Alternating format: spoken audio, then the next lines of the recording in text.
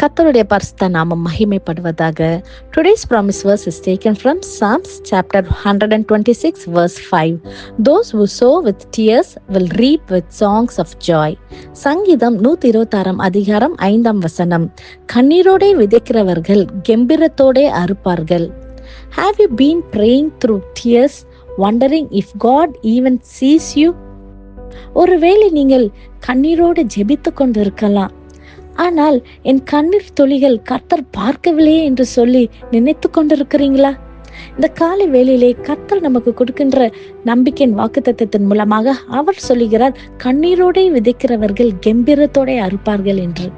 ஆம் பிரியமானவர்களே, இதை கேட்டுக்கொண்டிருக்கிற நீங்க சிந்துகிற ஒவ்வொரு கண்ணீரும் கர்த்தருடைய சமூகத்துல இருக்குது. அவர் உங்களை மறப்பதில்லை.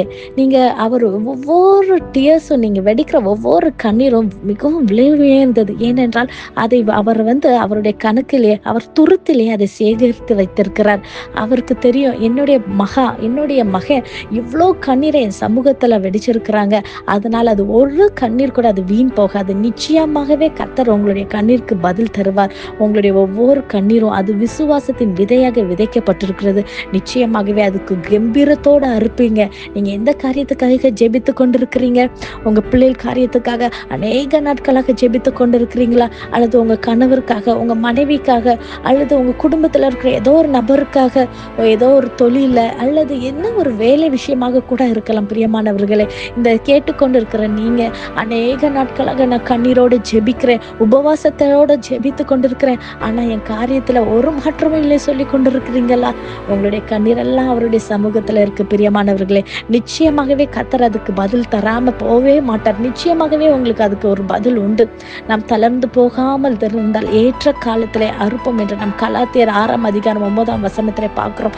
நிச்சயமாகவே உங்களுக்கு பதில் உண்டு. நம் வேதத்துல கூட பார்க்கிறோம், அன்னாளின் வாழ்க்கையிலே அவள் மிகவும் வேதனையோட, தனக்கு பிள்ளை இல்லையே என்ற ஒரு பாரத்தோட கர்த்தருடைய சமூகத்திலே கண்ணீரோட அழுது ஊற்றுண்டு ஜெபிக்கிறார். அவள் இருதயத்துல இருக்க எல்லா வேதனையும் கர்த்தருடைய சமூகத்துல அவள் வைத்து ஜெபிக்கிறார். நாம் பார்க்கிறோம், கர்த்தர் சாமுவேலை கொடுத்து அவளை கனப்படுத்தி அவளை ஆசீர்வதித்தார் அல்லவா? உங்களுடைய கண்ணீரை நல்ல நிலமாகிய தேவனுடைய சமூகத்துல நீங்க வடிக்கும் போது அதுக்கு நிச்சயமாகவே பலன் உண்டு. நீங்க மனுஷங்களுக்கு முன்பாக உங்களுடைய காரியங்களை, உங்க கஷ்டங்களை, நஷ்டங்களை சொல்லி நீங்க அழும்போது அதுக்கு ஒரு வேல்யூமே கிடையாது. ஒருவேளை உங்களை கிண்டல் பண்ணி உங்களை அதை வைத்து உங்களை அற்பமாக நினைக்கலாம். ஆனா கர்த்தருடைய சமூகத்துல உங்கள் இருதயத்தை நீங்கள் அண்டாளை போல ஊற்றுண்டி ஜெபிக்கும் பொழுது நிச்சயமாகவே அதுக்கு ஏற்ற அறுவடையை கர்த்தர் நிச்சயமாக இந்த நாளிலே தர வல்லவரா இருக்கிறார். God never ignores the tears of his children.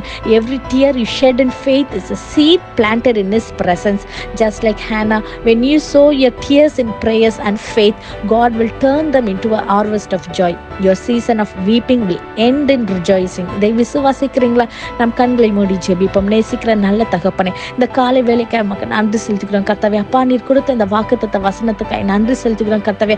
ஆண்டவரே, கண்ணீரோடு வேதனையோடு ஜெபிக்கிற ஒவ்வொரு பிள்ளைகளுக்கும் கர்த்தாவே, ஆண்டவரே, நீங்க கம்பீரத்தோட அறுவடை நீங்க இந்த நாளிலே தரப்போகிறதுக்காக நன்றி செலுத்துகிறோம் கர்த்தாவே.